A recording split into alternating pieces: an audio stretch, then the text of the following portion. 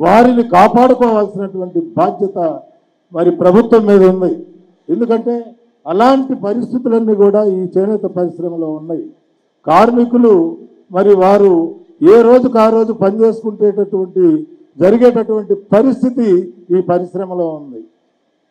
రైతు మరి కూలీల తర్వాత అధిక సంఖ్యలో ఉన్నటువంటి ఈ చేనేత పరిశ్రమ మరి ఈ రాష్ట్రంలోనే కాదు, ఆంధ్రప్రదేశ్లోనే కాదు, దేశవ్యాప్తంగా కూడా ఇదే పరిస్థితి ఉన్నది. కాబట్టి తప్పనిసరిగా ప్రభుత్వం కాపాడాల్సినటువంటి అవసరం ఉందనేది ఒకటి తెలియజేస్తూ, రాజకీయ ప్రాతినిధ్యం కావాలి అంటే మనలో కూడా ఎంతో బాధ్యత ఉంది.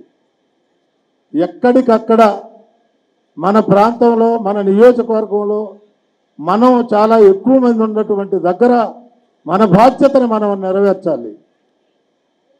కారణం, మనం కోరుకుంటే టికెట్లు ఇచ్చేటటువంటి పరిస్థితి ఎక్కడా ఉండదు. ఒత్తిడి అనేక రకాలుగా ఉంటాయి పార్టీలకి.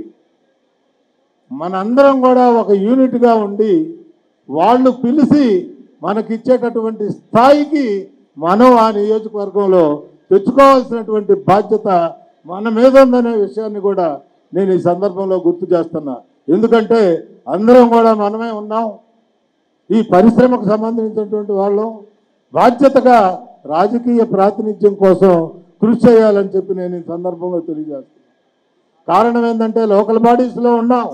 లోకల్ బాడీస్లో మనందరం కూడా ఉన్నాం. ఉన్నప్పటికీ కూడా లోకల్ బాడీస్ కాదు, పరిపాలించే స్థాయిలో మనందరం కూడా రావాలి. ఎందుకంటే ఆ స్థాయి మనకు వచ్చినప్పుడే తప్పనిసరిగా మనకు న్యాయం జరుగుతుందనే విషయాన్ని కూడా నేను ఈ సందర్భంలో తెలియజేస్తూ, మరి ఈనాడు హాజరైనటువంటి మీ అందరికి కూడా చాలా విషయాలు ఉన్నాయి. ఎందుకంటే టైం లేదు, మంత్రి గారు వస్తున్నారు, మనమే మాట్లాడుకుంటే కాదు.